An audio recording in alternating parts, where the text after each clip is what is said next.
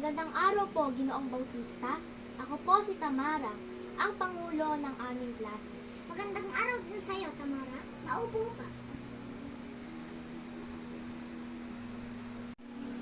Anong maipaglilingkod ko sa'yo, Tamara?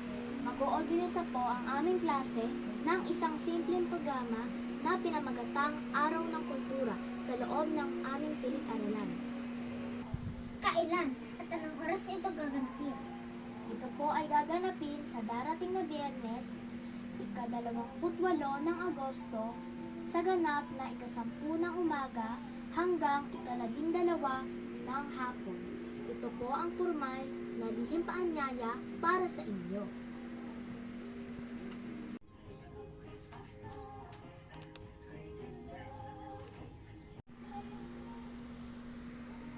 Napakagandang proyekto niyan. Ano ang layunin ng inyong programa?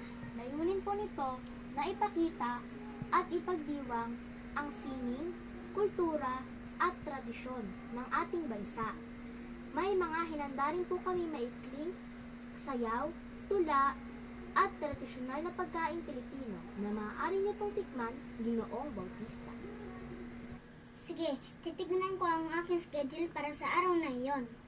Meron ba akong kailangang gawin o ihanda kapag dumalo ako? Opo, kung maaari po sana ay nagbigay po kayo ng isang maikling pambungad na mensahe para sa amin. Malaking karangalan po para sa buong klase ang inyong presensya.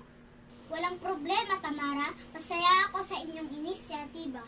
Paasahan ninyo ang aking pagdalo upang suportahan ang inyong klase. Maraming salamat po, Ginoong Bautista. Alis na po ako. Gagawin po namin ang lahat para maging matagumpay ang programang ito. Walang anuman, Tamara. Galingan ninyo.